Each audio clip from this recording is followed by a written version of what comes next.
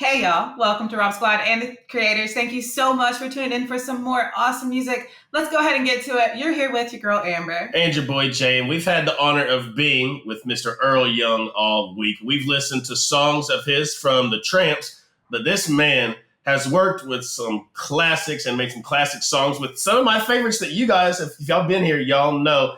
He has worked with bands from the Jacksons, the OJs, which Mr. Earl Young, our slogan is you got to give the people what they want. The OJs. He's worked with the Spinners. The list is so long. Everybody, please welcome back Mr. Earl Young. Hi, everybody. Welcome to the channel. We're so pumped to have you back again this week. And like I mentioned, you've worked with some big names, some groups that we've checked out on the channel. We've done the Spinners, we've done OJs, but we are so glad to have you back. How are you today? I am great. I have to just talk about a little bit about my drum career with TSOP, the Sound of Philadelphia, and MFSB, because this is where I would say I call my home, because I worked at Sigma Sound Studios all my life in one studio, and I recorded. Oh, look, I don't even have room for all that, for all the gold and platinum albums I have, which I'm so thankful because we have recorded everybody. Everybody always asks me, what's the difference between the Sound of Philadelphia and Motown? So I'm just going to give you a little briefing between the musicians in Philadelphia and the musicians in Motown. Both musicians are great, but the only difference with Motown is that they are in-house musicians. They only play for Motown. The Philadelphia musician MFSB, we play for anybody that come through the door with a check. We didn't care who you were. I mean, look, from BB King, the Spinners, and we play all kind of music. I mean, I'm talking about gospel music, the Mighty Clouds of Joy, which is one of my favorite albums they did. We'll walk around heaven all day.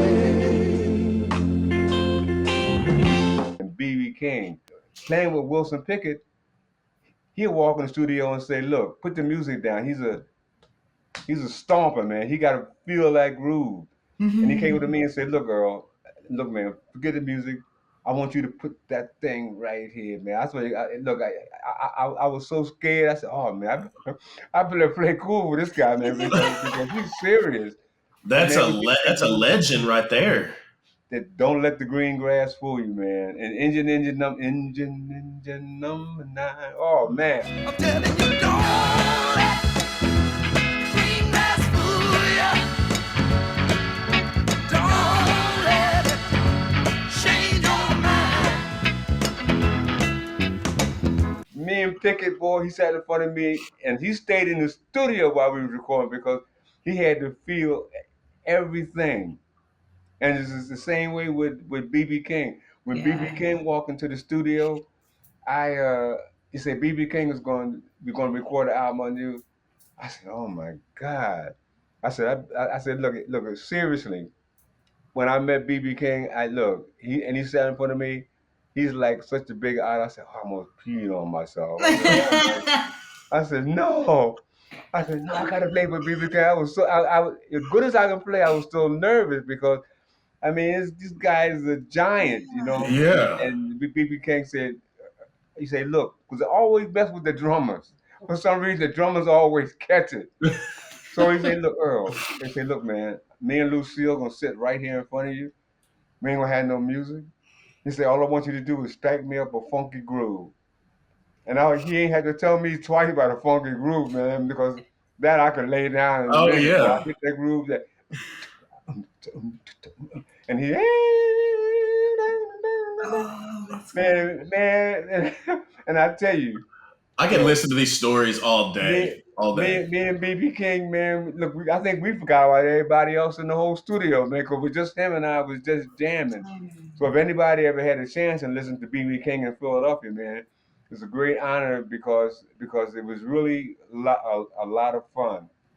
MFSB, the mother, father, sister, brother, that comes from us being together so long, working in the studio as a family. So, Yeah, I love so that. we named ourselves MFSB, like Detroit have the Funk Brothers. Yeah. So that's our name, and we are one unit. If one guy got sick, we don't replace nobody. We just cancel the whole session for the next day because we never want to record without we call it our family. Without your family, So, that's so awesome. anything you hear from MFSB, the Sound of Philadelphia, it's the same guys. It didn't matter whether you were black, white, because we had on our studio we had every kind of musician you can name. We look because we cut all kind of music. We had a guy play rock, one guitar player rock. We had a rock and roll guitar player. We had one to play acoustics. We had one to play regular guitar. And this is what it takes to make Goodness. up MFSB and TSOP. It takes you got to have all kind of musicians with all kind of different fields. And the first big record was TSOP's, the Sound of Philadelphia, and this album we had a song called "Love the Message," and you can't top that. And for all the people out there that really want to know how things are cut, you know, you don't go in the studio and you cut 75 people all at once to record a record. We cut the rhythm track, then we cut the rhythm track first, then we bring in the horns, then we bring in the strings next because if you cutting 70 people and you make a mistake, man, the whole orchestra's gonna kick you in the butt.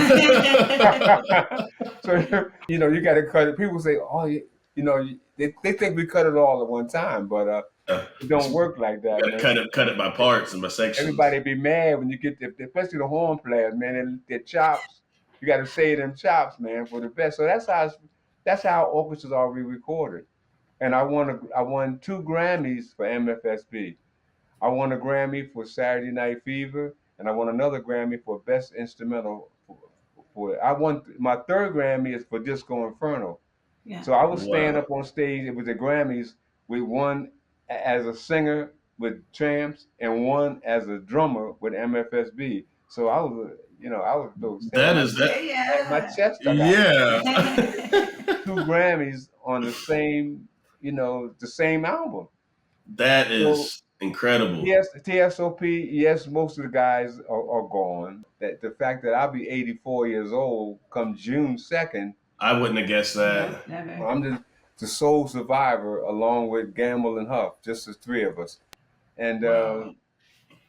thank God I can still play my drums. I can still play my drums, still singing, and I'm still recording. So MFSB is not recording anymore. Because all the guys is gone. So we're not going to take any old body and just call it MFSB because Right. the songs we recorded is legendary, and we're going to try to keep it like that. Well, we're excited to jump into it and hear it again. All this information you don't get. You can read articles on the internet, but you get it straight from the artist. You know it's real. So I love it, and like I said, I could sit here and listen to stories all day long. But we are ready to jump right into it, guys. Make sure you like the video, hit that subscribe button, and turn on that post notification bell. This is what I'm known for. The 4 on the floor. So if you hear my sock symbol a lot, same as Bad Luck and the Love I Lost, I use my sock symbol a lot, especially in this song. So I'm dying to hear it. Let's jump into it.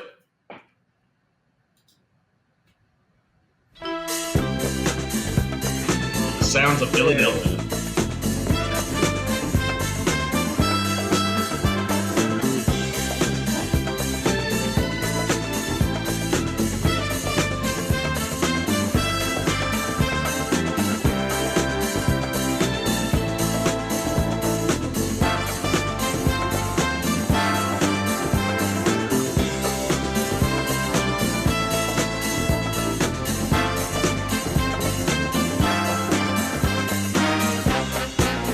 Oh, yeah.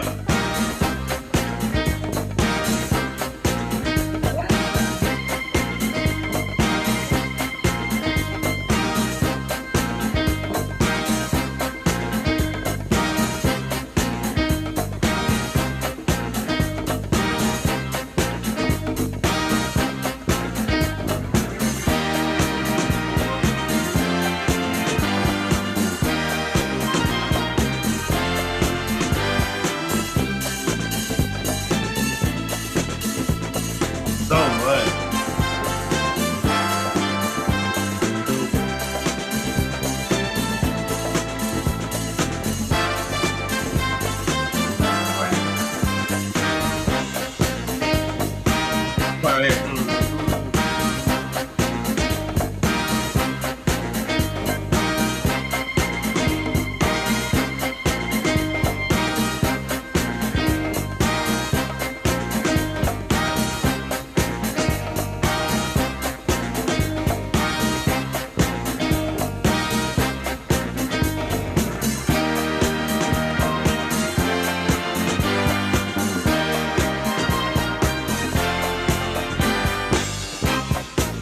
I like that little bridge right there between them.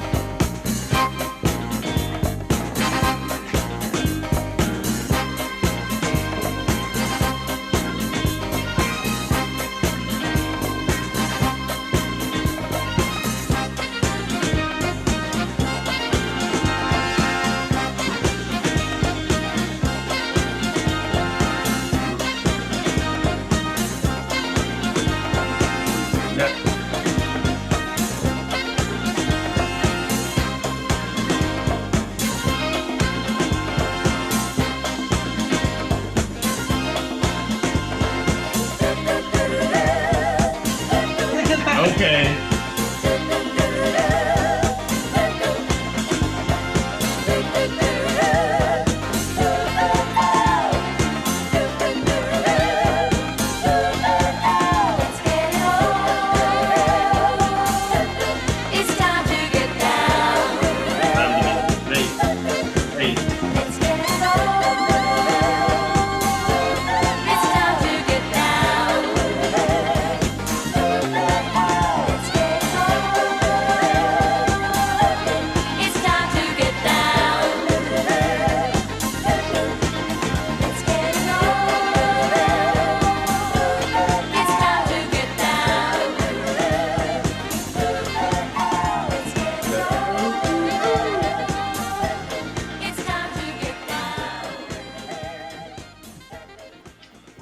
Now, if you notice, all my drum recordings, I never play one beat through the whole song. I always change up the beats. I don't care what it is. You never hear me play a straight beat all the way through. I play one groove in Never the sections. same. By me being a singer, I know what a singer wants. So I change up the groove to push the singer. Most of the time to push the singer, like on like Love Train.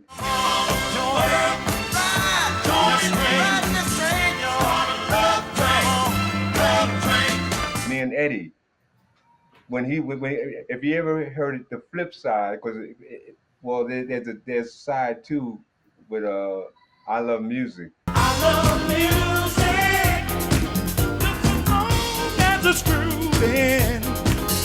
You were the drummer on that Well, one? play that groove, man, on the side to that, because it, it might sound funny, but nobody probably never paid attention that each phrase, I'm probably the only drummer that changes from a hi-hat to the backbeat back to the hi-hat, because this Yeah. helps to push makes the artist sing. It's not just playing on the record. You really have to push the singer and like kick him in the butt to make him sing more. See, I And never thought about that. that's what we do. The the drums is what the force of every recording. Wow. See, I would have never thought of, like, I never would have thought down to that detail. Like, the drums push the singer. Because, I mean, obviously, you get the feelings from the drums. When they start getting heavy, It's so easy you to obviously fall want into to the amp drums up. on the songs for sure. Wow. Right. So to me, I get bored just sitting playing a one beat through the whole song. That's not very exciting. So I change up with the singer, and believe it or not, it's really effective on all the records that we Yeah. record.